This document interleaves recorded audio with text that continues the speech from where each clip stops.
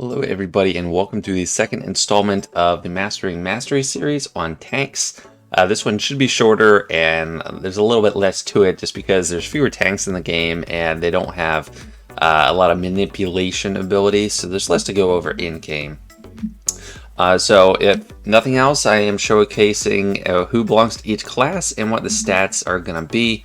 Looking at the table, first off, we have for strength tanks, armor, they get 0.1% armor per point of mastery, 0.15% health steal per mastery, and 220 protection.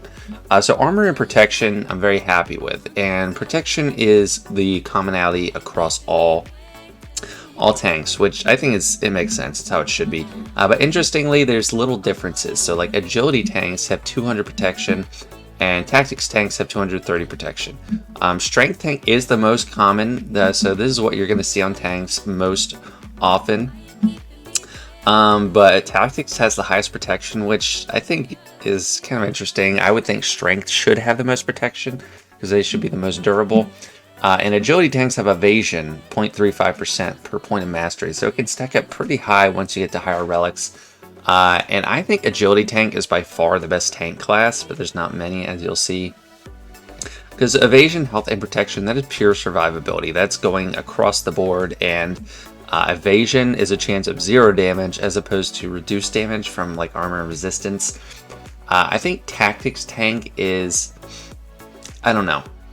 It's possibly the worst just because resistance isn't as useful because there's less instances of special damage in the game as a whole, but it does have the most protection, and crit avoidance is pretty nice. Health steal I don't like, because if you're boosting your protection a lot, most tanks are heavy on protection, not health steal, or not health, and when you get down into the health, it's not a good situation, and they don't have the damage to really heal themselves back up. So I don't like health steal as an inclusion for strength tanks, but I love everything about agility tanks. Having looked at all these stats in a granular manner, let's look at some examples. Right, I am tiny up in the corner because I'm not going to have space on the screen soon. So first off, we got an example of an R3 strength tank. This is from Gamorrean Guard. With 15 mastery points, they're getting 2.8% armor, and that's including just normal armor boost. But health steal and protection is not a standard with relics, so this is purely from mastery, and that's a pretty decent boost. I mean, I'm happy a little bit with 3300 protection.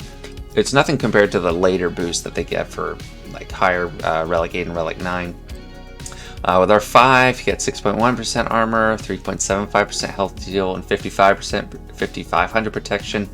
And R7, you got 9900 protection, 6.75% health steal, and 8.4% armor. So the armor is decent. Armor protection are decent. Health steal, however, is horrible. With Datacrons in the first set, you were getting like 100% health steal on like just a tiny level 3 roll, level 1 to 2 roll, and even now it's like you can get 10 times that amount easily on just a Datacron. So it's a pretty worthless stat. And then like for comparison with Datacron stats, protection, it's I don't know, it's more comparable what you're actually getting when you get a boost to this, but health steal is just kind of pitiful. So what are the actual strength tanks? These are all of them here. It's almost every tank in the game. I would think Bosk would be an agility tank, kind of, for some reason. He seems like agility just because he's so fast, and that's a more descriptive use of him.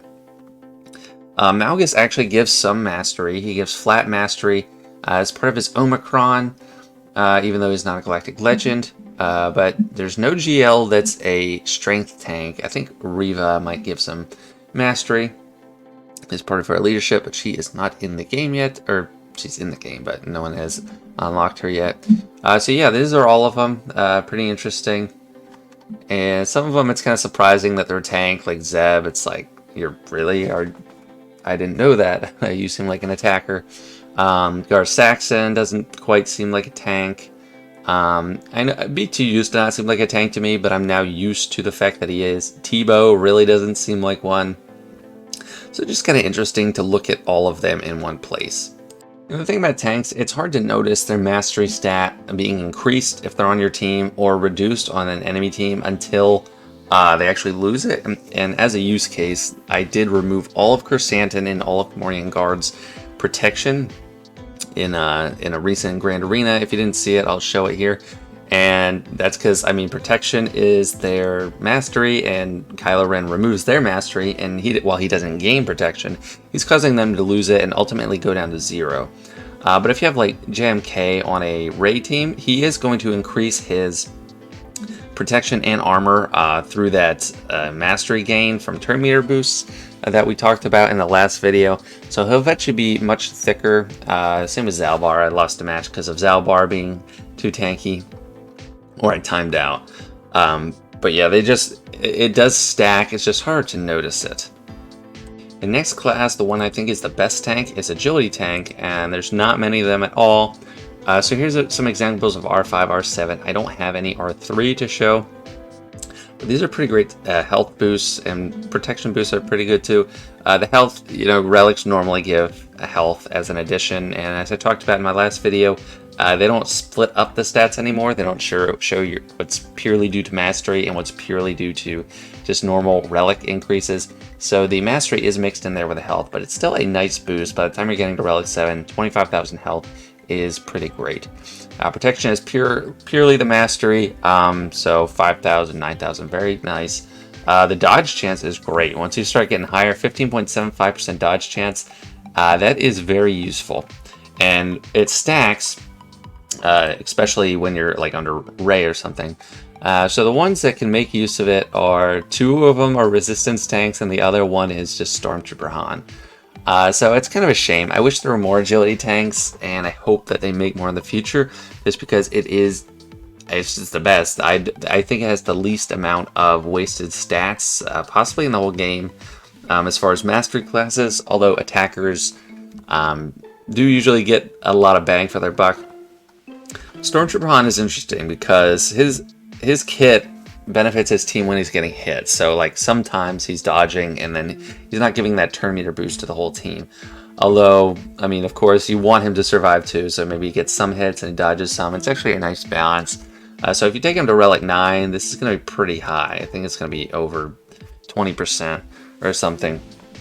But very useful. And Giant Training Rey, this used to be manipulatable, or this is, and people used to do it before everyone could solo the Sith Raid. In Phase 2, you could solo it because she becomes like immortal. She can't be hit.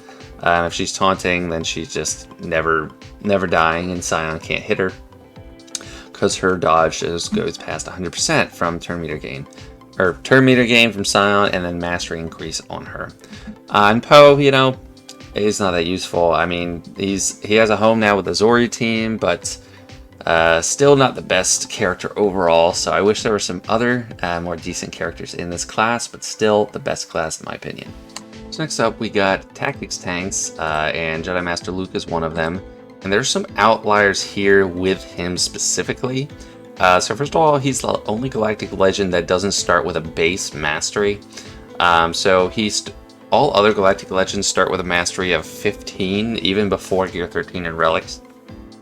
I'm not sure when exactly they get it, if it's just at Gear 12 or if it's prior to Gear 12.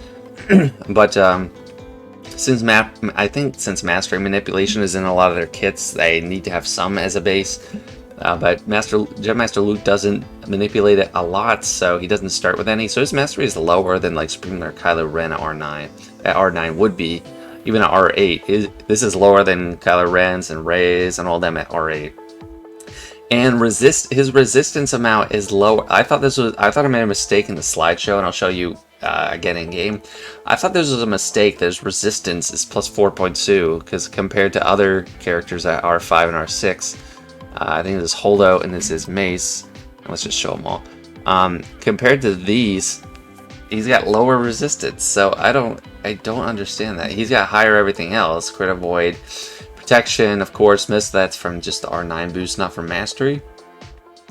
But it makes no sense. He breaks the I think he breaks the chart that I have with his resistance, and I haven't found anyone else like him where it's just too low. So that's very strange. But yeah, we got Holdo, Mace, and Plo Koon. Only 4, just one more than agility tanks. And, you know, I don't know if I'd rather have someone be a tactics tank or a strength tank, because health steal is pretty useless, but I think I'd probably want them to be a tactics tank, because resistance, while it's not doing a ton, it is something beneficial. I don't really care for health steal, especially that small of an amount, and crit avoidance is very nice. So yeah, this is them. There's not much mastery manipulation going on, but I will show you Jedi Master Luke's kit where it is mentioned. Alright, so here he is, and as far as Mastery goes, Jedi Master Luke is a boring galactic legend for Mastery. It's very limited manipulation. The first instances, it's all about his buffs. So for Jedi Lessons, that buff you get when you call people to assist with his special extra, or his granted ability, they get 20% per stack, which, if you're looking at all the stats I've shown you, it's not much, with a max of 3 stacks, so it's max 60%, not a huge boost. However, once you get his ultimate, and everyone gets, as well as he starts the match with Jedi Legacy, which is 100% mastery. Ignores taunt during the turn, can't do Jedi Lessons. So it's just plus 100% mastery. It's not that big of a boost. And his leadership doesn't give mastery, flat mastery, as a stat, which is also uncommon in Galactic Legends. So yeah, not too much manipulation going on. He's not going to stack through the roof. He's not going to do anything crazy. Which, I mean, it might be a good thing, because if he could stack his mastery a ton, his protection would be insane. It'd go through the roof. And mine is... it's okay, I guess. It's not super impressive.